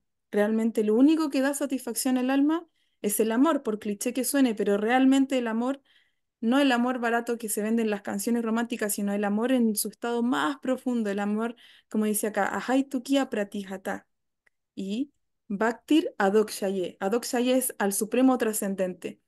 Bhaktir es servicio devocional, entonces, servicio devocional al supremo trascendente, aquel que está en el plano trascendental, ininterrumpido y sin motivaciones personales, eso satisface al yo por completo. Básicamente no hay nada más elevado en este mundo que el amor. No hay nadie, incluso aquel que tenga todas las riquezas, todas las posesiones, si no tiene en su vida amor verdadero, ¿de qué vale, no? Uno podría decir, ¿de qué vale si uno está, como decíamos el otro día, en una isla y tiene todo así, todo lo que uno podría imaginarse, pero está solo? Uno igual se va a sentir vacío porque somos por naturaleza seres amorosos.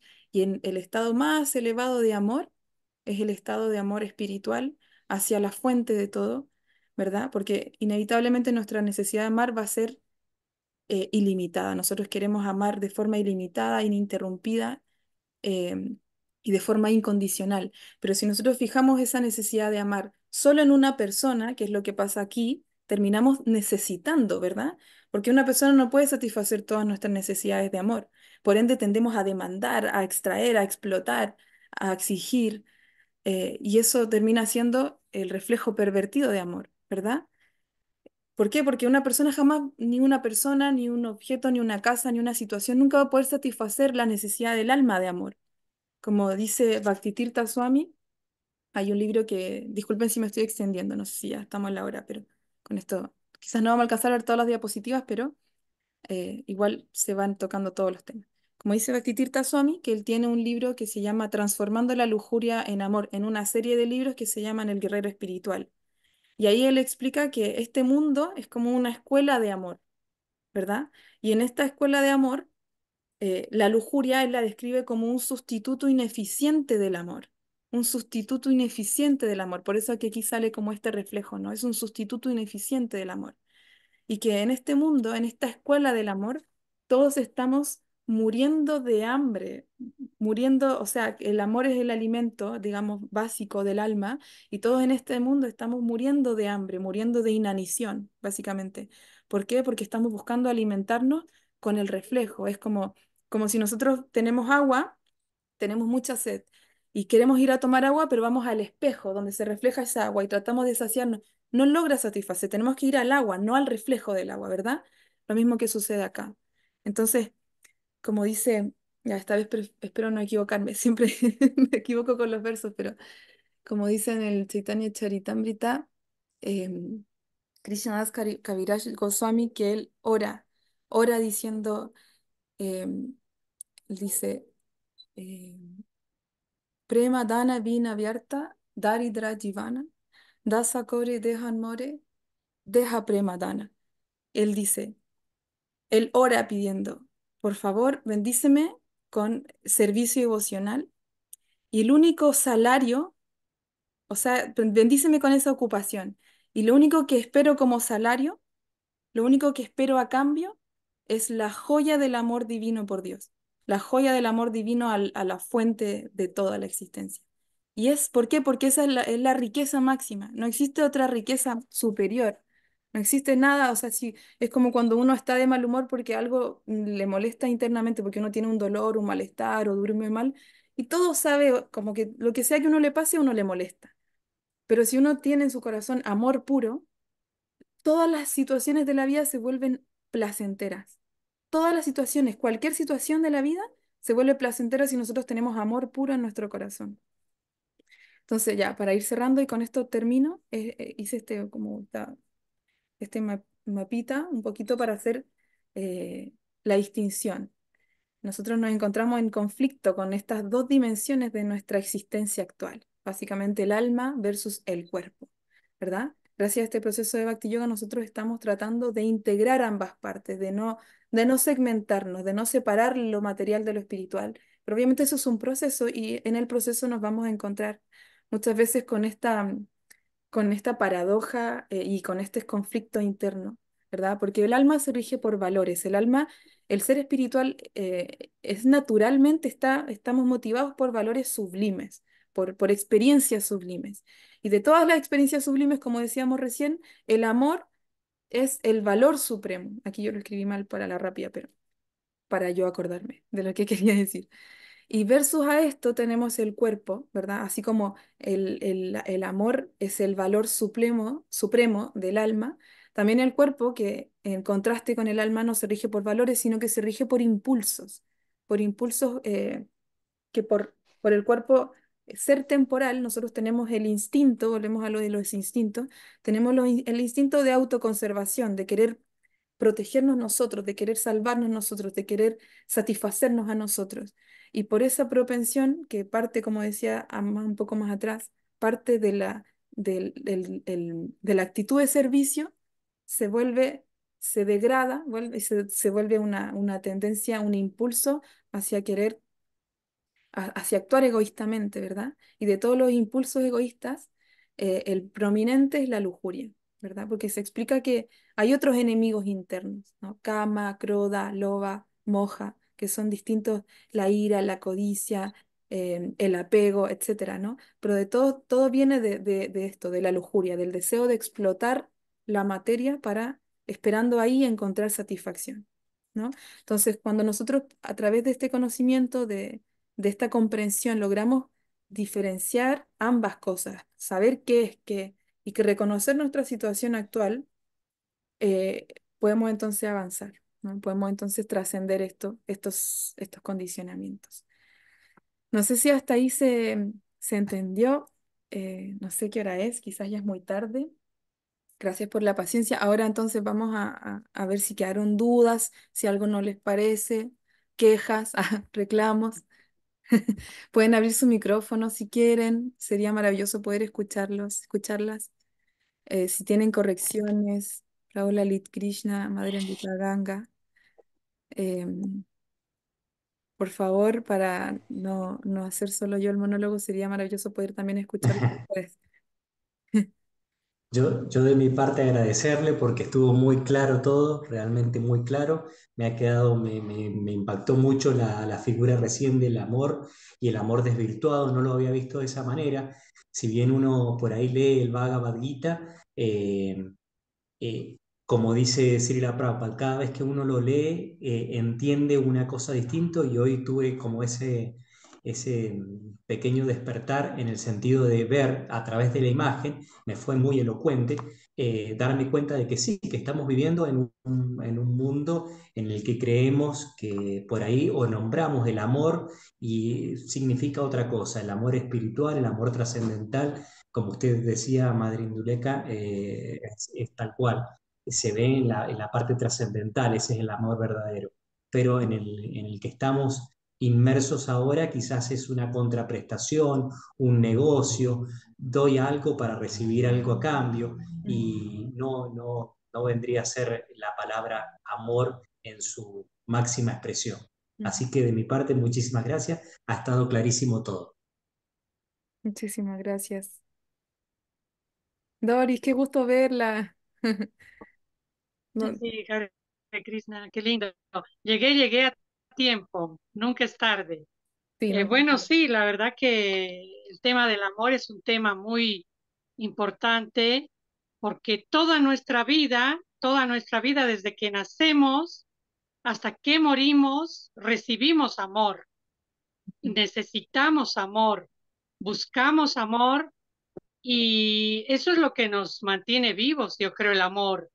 Si bien el amor puede ser material, porque el amor de una madre aparentemente es material, Ujú, pero el amor de una madre es más interno, porque una madre, por ejemplo, ama incondicionalmente, cría a un hijo sin esperar nada a cambio.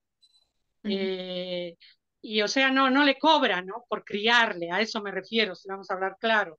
ujú. Y Claro. siempre hemos hablado materialmente del amor y del odio.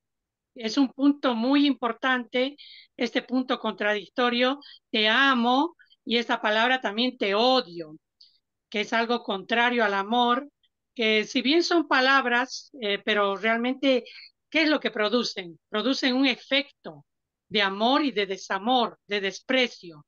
Y eso es muy hiriente. Si bien el amor nos va a elevar, nos va a dar felicidad, pero el desprecio, el odio, nos va a dar mucho dolor, mucho sufrimiento. La verdad, las palabras creo que hieren más que las acciones Ujú, y hay que tener mucho cuidado con eso.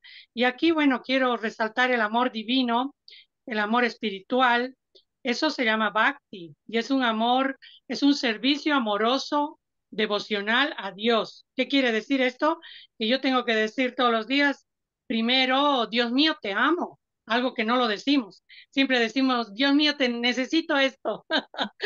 Pero hay que decirle, Dios mío, te amo, Krishna, te amo, y ser como más, a fluir más este amor, hacer fluir. Y este amor lujurioso que dices, la lujuria, que sería un sinónimo del amor, en este caso, es un amor material, porque puedo decir lujuriosamente, yo amo, eh, por decir un objeto, ¿no? Yo amo a este hombre, ¿no? Eso ya es un amor lujurioso material, o amo esta casa, amo este auto, uy, cómo amo mi auto. Eso es un amor lujurioso. A veces confunden el amor lujurioso con solamente con la parte sexual y no es así. Yo creo que habría el amor espiritual, devocional y, como tú bien decías, el amor puro, buscar. Eso es lo que realmente nos va a dar esa felicidad que tanto anhelamos y va a llenar, nos va a llenar, nos va a satisfacer el verdadero amor. Y por eso hay muchas personas que encuentran en Dios esa satisfacción, hasta se casan con Dios.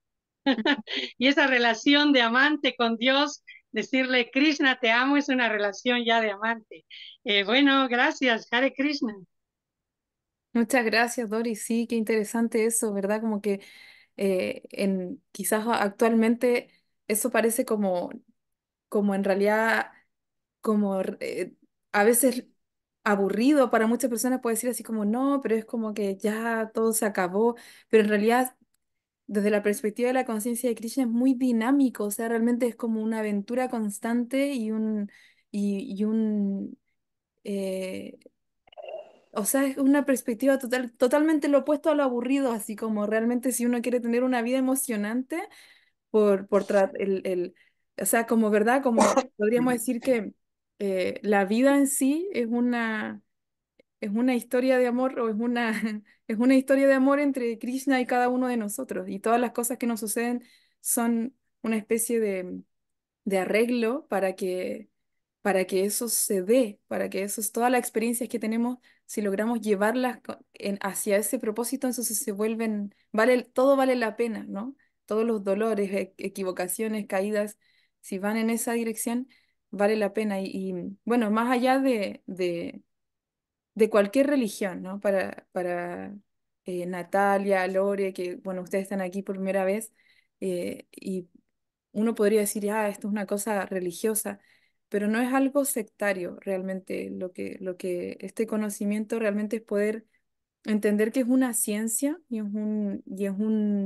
es la ciencia del alma, como decíamos recién, el alma, el alimento del alma es la devoción, el amor, y eso no es algo barato, no es algo, no por ser amor es algo como sentimental puramente, sino que realmente es algo científico y universal, y que más allá de las distintas instituciones religiosas, de los distintos conocimientos, es la esencia del ser, o sea, es la esencia de todos nosotros, ¿no?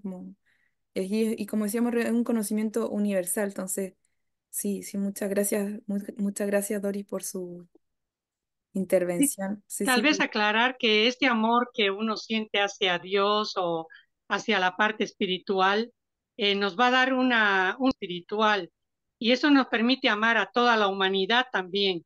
Eso me faltó aclarar. Amar al hermano, al hijo, o sea, amar y perdonar también va unido y amar a todo, a los animales.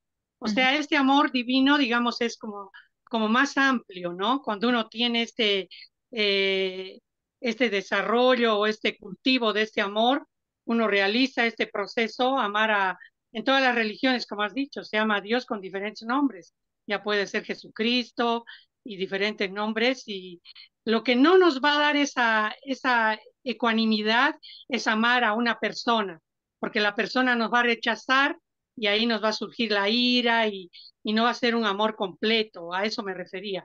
Este amor espiritual nos va a dar una vida digamos, más equilibrada en relación a amar a las plantas, amar a los animales, ujú, amar al prójimo, amarse a uno mismo. tal Bueno, eso cual. me faltó, gracias.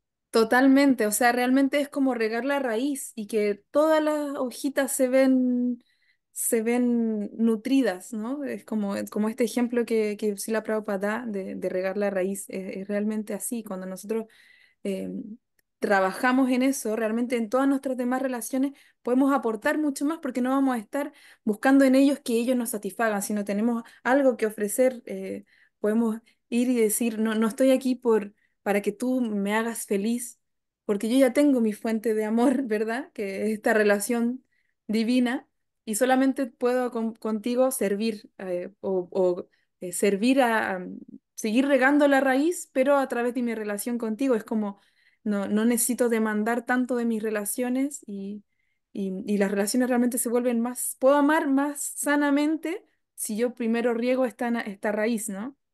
Totalmente, totalmente, sí.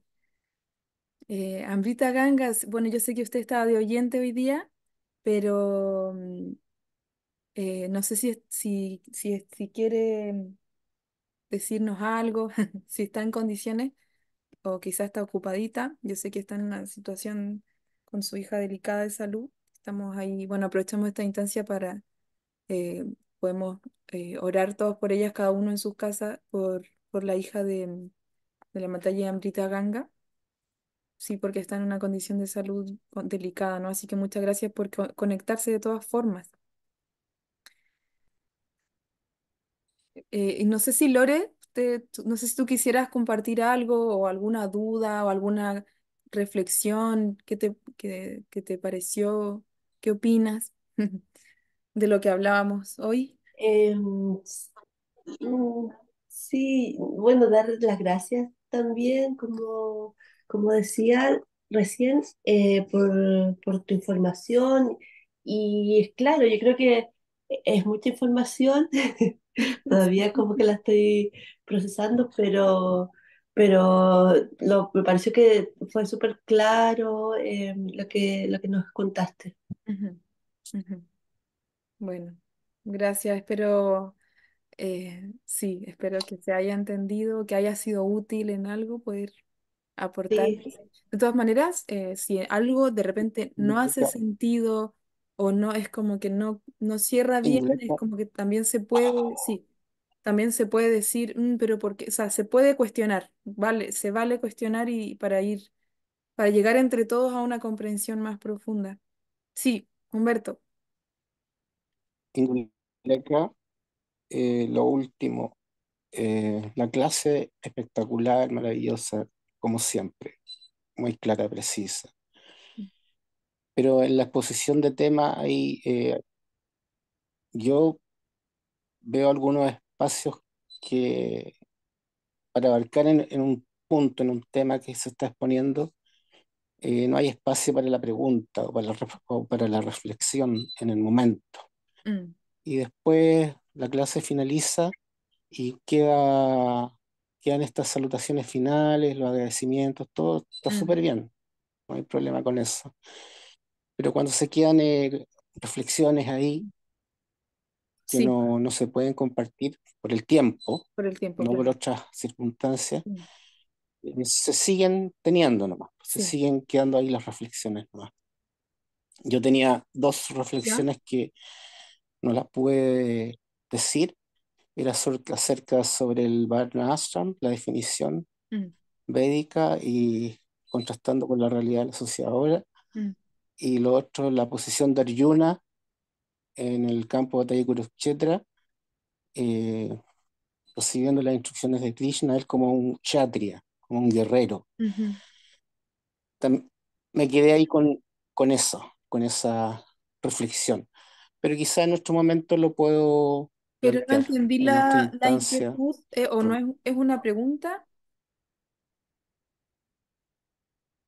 Sí, una pregunta, reflexión más que nada. Ujú, Pregunta, reflexión. Porque hay cosas de la definición del Varna Ashram que está escrita y definida en los Vedas, en el Bhagavad Gita, de una forma, están las costumbres que se practican en la India, que todavía tú dijiste, y que es ah, así, que la gente las practica, sistema de castas, por ejemplo. Y, y la escuela Vaishnava, de la cual la conciencia de Krishna pertenece, es la única rama que saldría un poco de ese sistema de casta, aplicarlo a una realidad más ¿la cuál, espiritual. perdón? ¿Cuál es la única que se sale? Ahí tenía la, la escuela Vaishnava, la escuela filosófica de los devotos de la conciencia de Krishna, Ah, ya. que es más amplia, más amplio que el sistema de casta, o sea, es un Varna Ashram diferente. Sí. Creo yo, no es como lo practican los hindúes. Entonces, por eso Claro. tanto descalabro en la sociedad hindú. Sí. Y bueno, son hartas cosas. Y lo otro es la posición de Arjuna, recibiendo la orden de tener que pelear para un bien mayor, ¿ya? Ujú, Y Arjuna claramente era un kshatriya, y en la época él estaba en ese sistema de casta, kshatriya, un guerrero. Y en la actualidad es totalmente diferente. sí. Los conflictos y las guerras que hay entre los países ahora, muchas potencias y otros países más chicos, los guerreros no son guerreros, son gente que obedece órdenes nomás, y Ujú, las guerras las fabrican unos pocos, ¿ah? Que son las familias, los poderosos. Y si dan una orden de que un país tiene que ir a la guerra y mandar gente, tropas de gente, los militares tienen que obedecer nomás. Y ahí hay mucho sufrimiento, mm, mucho karma. Ya, en la batalla de Kurukshetra Krishna explica que matar, que la matanza en una guerra no es una señal em, para el alma, sino para el cuerpo, porque el alma no muere. Bueno, y Ujú, está toda esa explicación. ujú, Pero hoy en día uno ve una guerra y ve millones y millones de personas muertas, destrucción masiva del planeta, etcétera, separación, cada vez más odio entre países. Eh, la gente, yo creo que no le costaría mucho pensar que obedecer como un guerrero para matar puede ocasionar un bien mayor. ujú, ujú, Yo creo que a través de la violencia, de las guerras, se pueda lograr un bien mayor en la época actual. Bueno, era un poco eso. Eh, ujú, Esa era mi ujú. reflexión, nada más. Sí, sí, sí, Poco muy, descontento. muy interesante. La primera, el primer tema me quedé con lo último que dijo, pero la primera inquietud se me olvidó. Era, Sobre el sistema de casta, el verdad, Varna, ya, verdad, verdad, verdad. cómo se aplica en la India y Sí, cómo lo tratan de llevar acá las personas conscientes de Krishna en cada lugar. sí. Em, bueno, no sé No, no, si Prabhu Lalit Krishna o Doris o Amrita no es Vishnu parecido. quisieran responder algo. Pueden levantar la mano.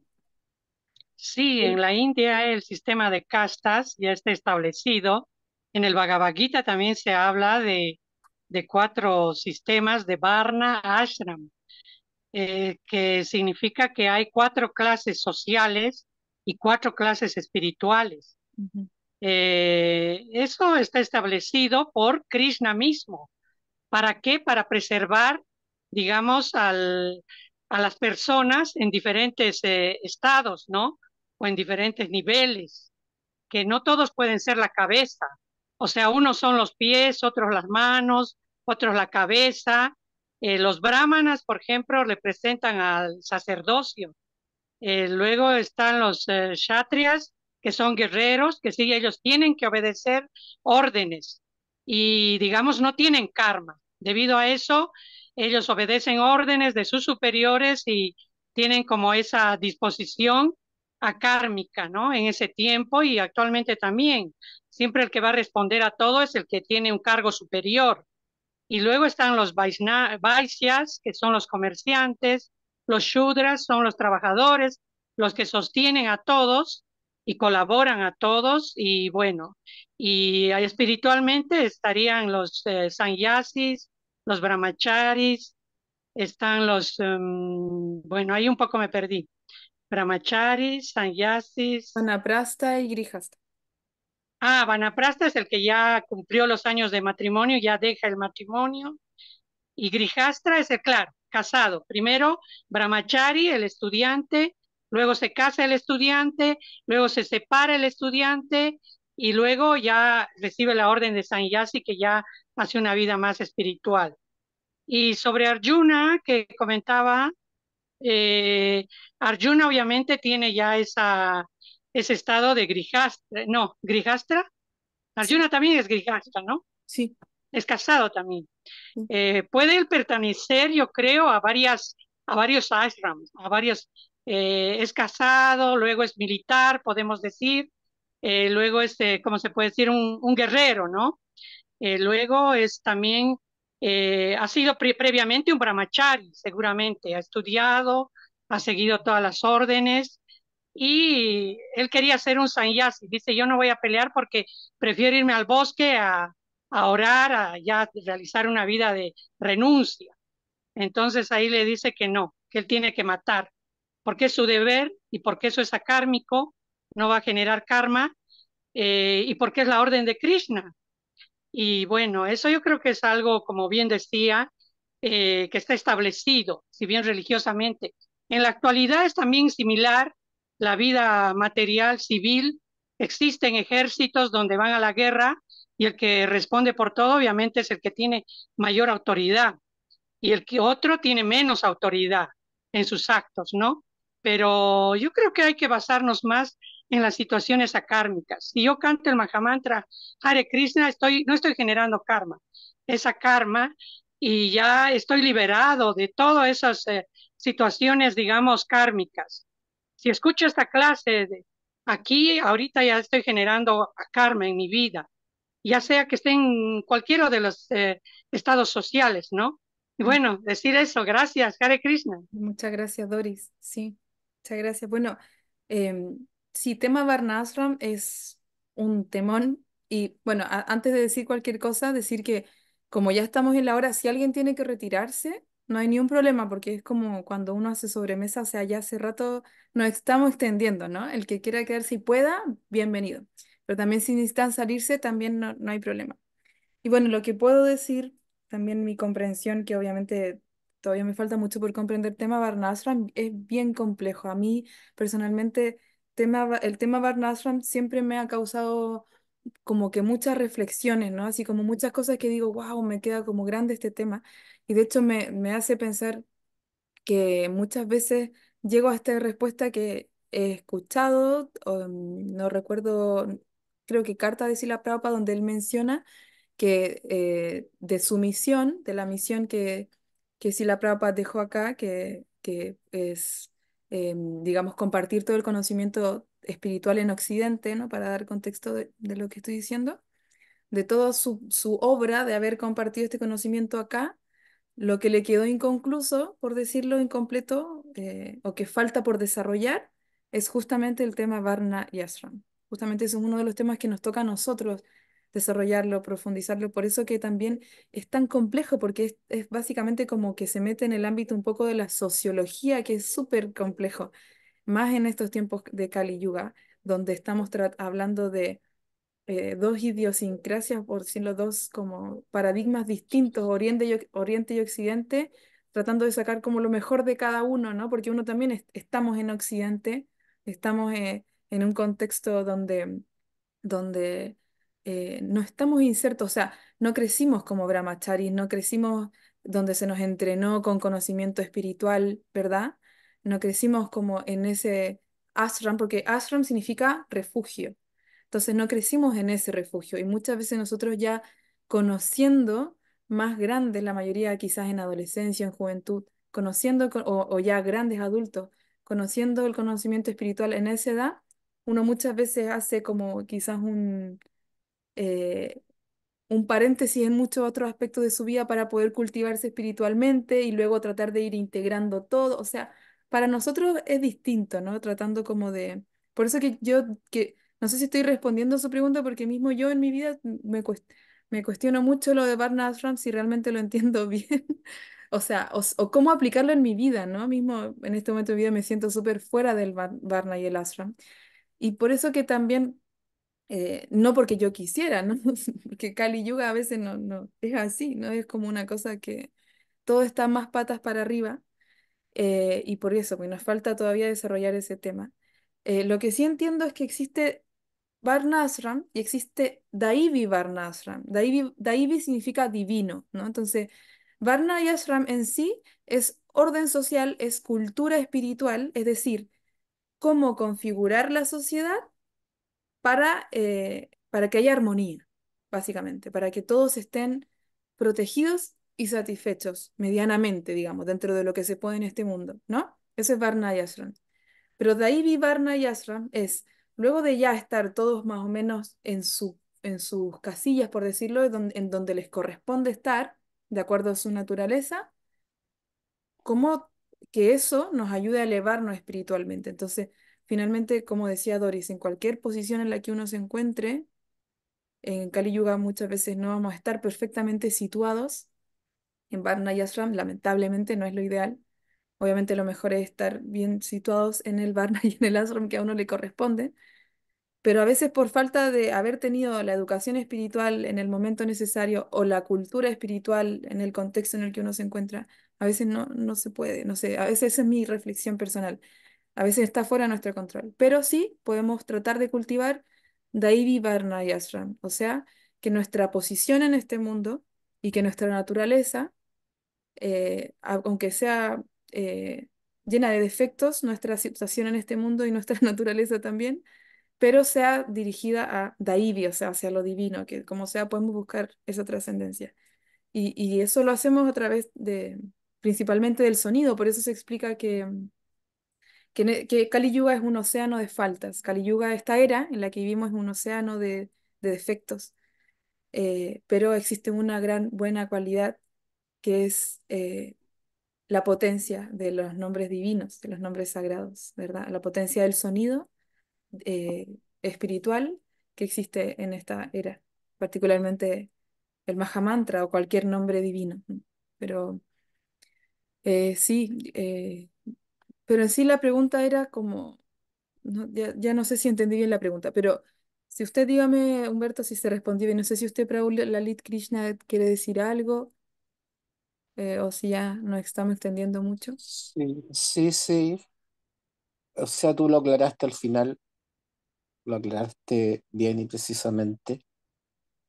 No es mi deseo generar controversia ni nada, ni polémica, Ujú, pero sí reflexionar. ujú, sí, Eh, totalmente. Estamos en Kali Yuga, un océano de efectos y faltas, eso está clarísimo. El mundo está en crisis y en crisis de guerra ahora. Ujú, Eso es lo que yo puedo dar, independiente de lo espiritual. sí, sí, Y ese era el segundo tema que usted está expuso, el tema de la guerra, ¿no? claro. Lo de Arjuna me quedó claro, su posición, la orden de Krishna, hoy en día es distinto, no es Ujú. lo mismo, está todo invertido. O sea, el Y lo de conocimiento del Arjuna, Bhagavad Gita es sí, trascendental y justamente eso significa que es aplicable a cualquier tiempo del mundo, pero existen distintos planos desde donde nosotros comprendemos el Bhagavad Gita. Está el claro. plano, por decirlo, histórico de los hechos que sucedieron. También está el plano más interno, ¿verdad? Hay un Bhagavad Gita interno que todos tenemos. Hay un campo de batalla, por decirlo, o sea, según lo que entiendo es esto, ¿no? Hace poco lo escuché de Kesha Baswami, que él explicaba esto, que existen distintas perspectivas para comprender el Bhagavad Gita, ¿no? Entonces, claramente no Ujú, vamos a imitar lo lo que hizo Arjuna, ¿verdad? Claramente hay ciertas cosas que son contextos distintos, pero eso no significa que el conocimiento del Bhagavad Gita no sea aplicable en este tiempo. Y es por eso la importancia de aprender la esencia del conocimiento, de aprender el principio detrás de cada cosa que se explica en el Bhagavad Gita. Y eso no significa, vuelvo a decir, que, eh, o sea, no tenemos que sacar las cosas de contexto, por supuesto, pero a la vez, el caso de Arjuna es un claro ejemplo de que el Bhagavad Gita y el conocimiento del Bhagavad Gita puede usarse y aplicarse en cualquier circunstancia, y con ese propósito es que se muestra un caso tan extremo como lo es una guerra. Ah, Paola ujú. Leticia, no había visto su comentario, lo voy a leer. Toda la institución de Varna y Ashram está hecha para ayudar a alcanzar esa meta de la vida. Ah, significa de Prabhupada, tal cual. Muchas gracias por compartirlo, tal cual, para justo lo que estábamos hablando, sí. Si no, no tiene sentido, claro, o sea, si no, no es más que cuando hay una parte de la, bueno, volviendo al tema Varnasra, hay una parte de la religiosidad que es como vivir bien en este mundo, ¿no? Hay un, digamos, tipo de religiosidad en un nivel que es como para ayudarnos a vivir bien en este mundo. Pero realmente la religión más elevada o la espiritualidad más elevada, como se le quiera decir, eh, es cómo trascender este mundo, ¿no? Eso ya es otra cosa. Lo que nos quita que también vamos a tratar de ser más o menos personas civilizadas acá en este plano y comportarnos como damas y caballeros y tratar de estar bien situados, por supuesto que sí, pero eso no es nuestro propósito. Nuestro propósito es tratar de trascender la materia, trascender este plano. Sí, por eso que Varna Ashram, en última instancia, con todos los defectos que hayan, sí. Bueno, volviendo a lo del tema de la guerra, ya para cerrar, porque igual es súper tarde, nos extendimos un montón, yo me tengo que ir también. Eh, por cierto, yo vengo a la casa de mi prima a hacer estas clases porque en mi casa no hay señal, porque yo vivo en un lugar muy como retirado de la ciudad, entonces si no, no hay señal, y aún así se me va la señal, o sea, imagínense, y ahora tengo que volver a mi casa, entonces ya me tengo que ir pronto. Pero bueno, para cerrar el tema de la guerra, ¿no? Como decía al principio, la violencia nunca se recomienda, ¿no? Pero está como este principio ahimsa. Si nosotros reflexionamos en este principio ahimsa, ahimsa significa violencia y que igual que en el español es como sin, es sin violencia. Tratar de actuar sin violencia, que en este concepto significa tratar lo menos posible de infligir violencia a otro. Y este es un principio de los Vedas, ¿no? El conocimiento espiritual entrega este principio de ahimsa y es una cualidad, de hecho se explica en el Bhagavad Gita como uno de los síntomas de alguien que tiene conocimiento que actúa con ahimsa, ¿no? Entonces se recomienda ahimsa. Y esto puede ser como aparentemente contradictorio con el Bhagavad Gita. ¿Pero por qué? ¿Por qué entonces? ¿Por qué? Porque el principio ahimsa significa que uno eh, trata en lo posible de evitar la violencia hacia otros, pero asumiendo que hay cierta violencia que es inevitable. Por ejemplo, cada vez que caminamos, matamos hormigas, insectos, millones de entidades vivientes. Solo al respirar, millones de seres microcelulares o unicelulares, como sea que se llamen, mueren. O sea, solo por existir, nuestra existencia implica que haya otras vidas que nosotros pasemos a llevar o que violentemos, ¿verdad? Inevitablemente. Eso, pero, el gran pero es que eso no es una excusa para nosotros em, infligir violencia hacia otros, volvernos violentos. Entonces, por eso que el principio de Ahimsa es perfectamente como lo suficientemente como al hueso, ¿no? Para no simplificar demasiado el tema, porque el tema de la violencia a veces se simplifica demasiado como amor y paz y todo bien. Pero la violencia también es parte de la vida, solo que necesitamos usarla con conocimiento.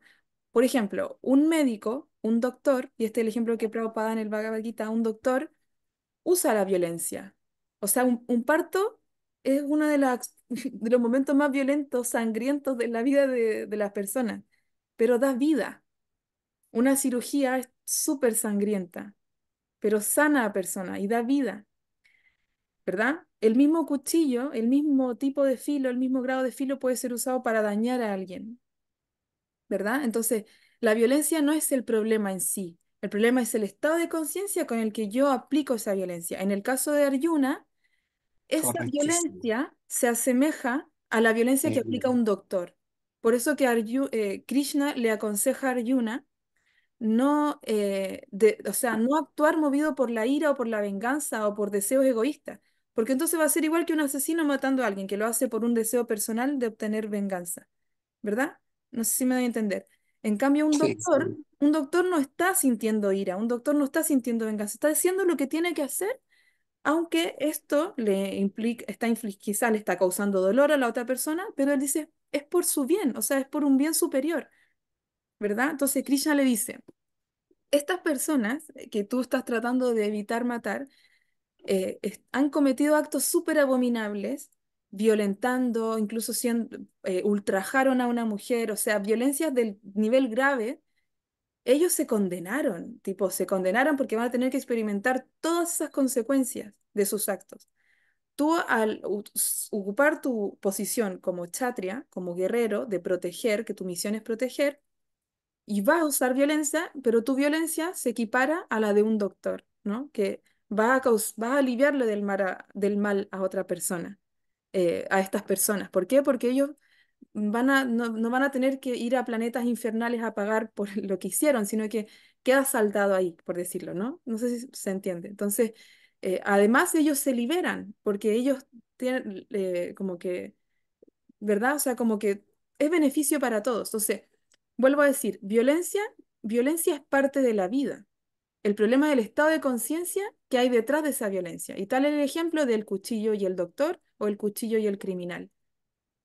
Cuando no sé, una mariposa rompe el coso para nacer, o sea, todo para nacer necesita romper algo. El huevo cuando se rompe necesita, todo requiere violencia en alguna medida, ¿no? Caminamos y estamos matando hormigas, o sea, la violencia está en todas partes.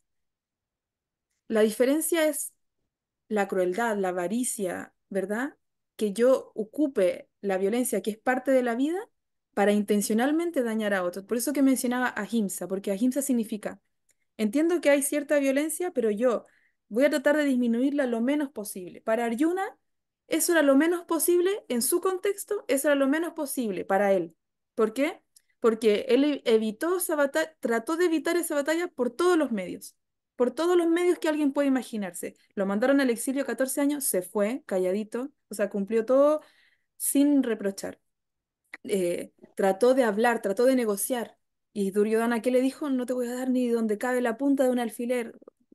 Entonces, él se trató de negociar por la diplomacia, se trató de buscar eh, todo, ¿no? Y ellos seguían abusando y violentando. Entonces, frente a eso, no actuar y que ellos sigan abusando, no actuar, o sea, la supuesta amor y paz es más violento que actuar.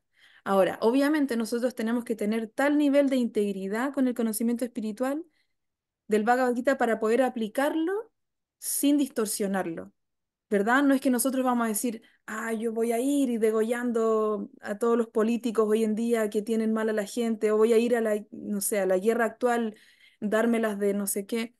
Obviamente ahí es de lo que dice usted, y obviamente ahí aplica el criterio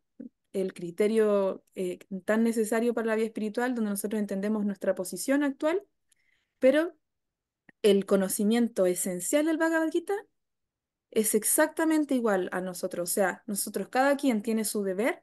A veces cumplir el deber es doloroso, a veces cumplir el deber no es agradable, a veces, pero eso nos ayuda a elevarnos, tal como Arjuna en una posición así de extrema lo hizo, ¿no? Nosotros también podemos, no importa la situación en la que nos encontremos, también podemos actuar dármicamente, actuar por el dharma, por el deber, y en última instancia, y en niveles más avanzados, actuar por devoción, que es aún mejor, y así, no importa la situación en la que nos encontremos, vamos a estar protegidos y vamos a poder actuar desde el plano espiritual.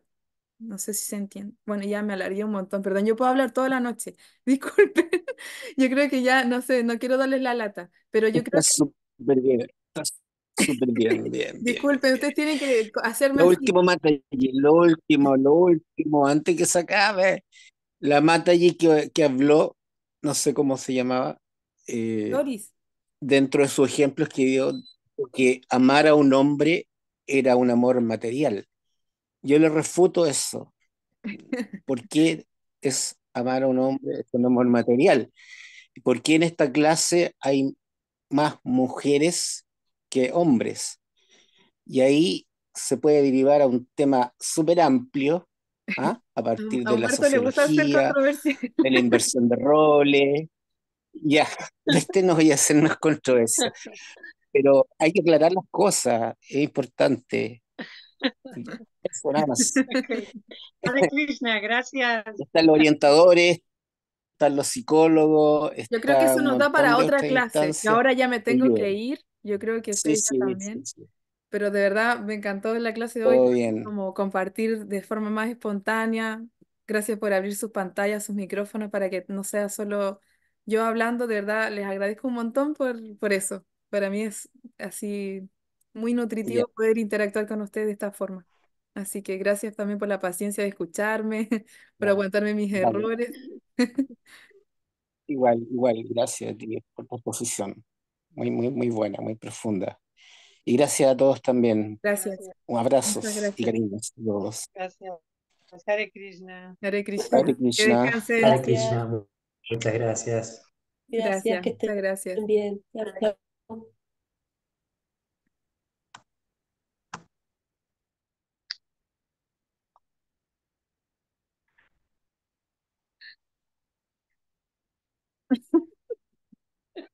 No sé por qué pareció eso. Haribol.